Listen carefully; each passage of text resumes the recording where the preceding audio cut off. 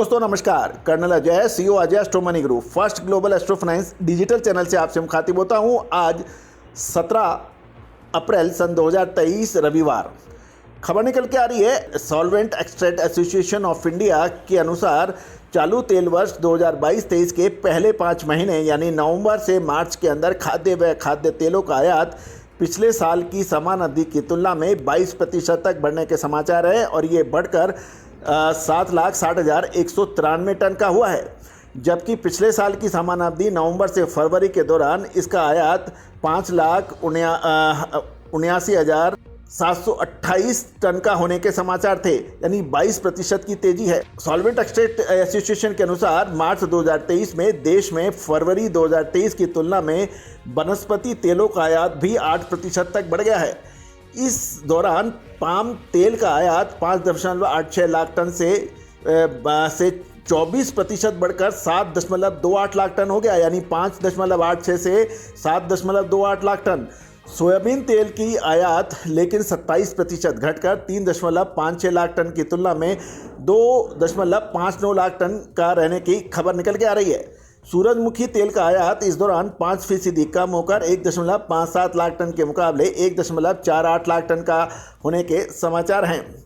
दोस्तों, चालू वर्ष तेल वर्ष के दौरान 5 महीनों में आरबीडी पाम ऑयल का आयात ये बढ़ने के समाचार मिल रहे हैं।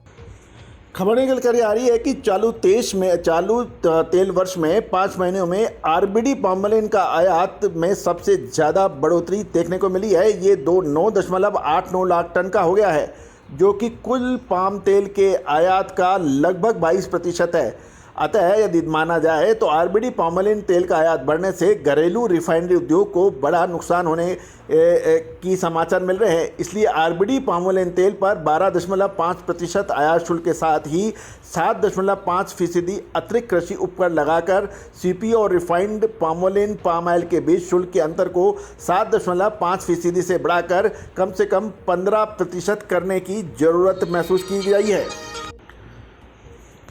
ये भी ध्यान देने की बात है, फरवरी के मुकाबले मार्च में आरबीडी क्रूड पाम तेल की कीमतों में तेज़ी दर्ज की गई थी और मार्च महीने में भारतीय बंदरगाहों पर आरबीडी पाम तेल का भाव तेज होकर $1,006 प्रति टन हो गया था।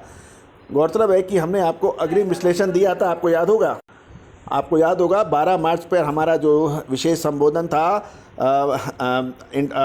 रवि तिलहन ऑल इंडिया कॉन्फ्रेंस जयपुर में हमने तेज़ी की बात कही थी। उसके बाद शानदार खाद्य तेलों में तेज़ी दर्ज हो गई थी और साथ साथ क्रूड पाम ऑयल तेल का भाव मार्च में बढ़कर $1,024 प्रति टन हो गया था, जबकि फरवरी में इसका भाव $1,015 प्रति टन था।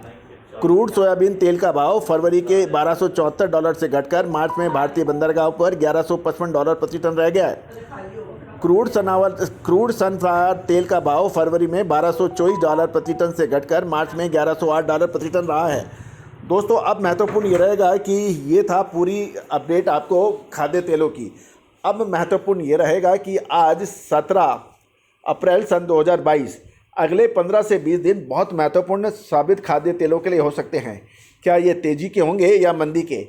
3-4 महत्वपूर्ण बिंदु हमें ध्यान रखने पड़ेंगे कि सरकार ने कर मुक्त यानी इंपोर्ट ड्यूटी की हटाने की जो कवायद थी वो 31 मार्च तक थी। इसके बाद इंपोर्ट ड्यूटी लगने की संभावना बन सकती है। एक दूसरा महत्वपूर्ण बिंदु ये है कि सरसों की आवक लगातार बाज़ारों में तेज़ होने की संभावना मिल रही है। 12 से 13 लाख की आवक लगातार देश में अलग अलग हिस्सों में रिपोर्टिंग हो रही है। तीसरा महत्वपूर्ण पॉइंट यह है कि खपत के मामले के अंदर भी अलग अलग राय अलग अलग विशेषज्ञ दे रहे हैं। अब महत्वपूर्ण यह रहेगा कि अप्रैल मई महीने में क्या खाद्य तेलों के भाव बढ़ सकते हैं या नहीं, ये एक महत्वपूर्ण प्रश्न है। इसकी हमने विशेष रिपोर्ट अपने सभी क्लाइंट्स को रिसर्च रिपोर्ट दे दी है। आप भी चाहते हैं कि तेज़ी या मंदी का विशेष विश्लेषण आप प्राप्त करें तो हमसे संपर्क कर सकते हैं। ये भुगतान करने पर ही उपलब्ध होगा। दोस्तों, याद रखिएगा, तेज़ी आने के बाद तेज़ी और मंदी आने के बाद मंदी कहने से कोई फ़ायदा नहीं है। हमने आपको हर शो के अंदर जो भी उपलब्ध जानकारियां होती हैं देश विदेश की, वो आप तक पहुंचाते हैं। साथ साथ बीच बीच के अंदर हम आपका अपनी राय भी आप तक देते हैं, बिल्कुल निःशुल्क। लेकिन हर बार निःशुल्क राय देना संभव नहीं हो पाता है।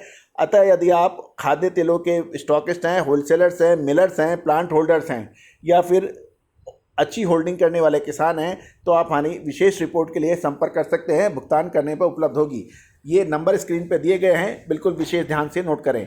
All the very best, good luck, happy trading.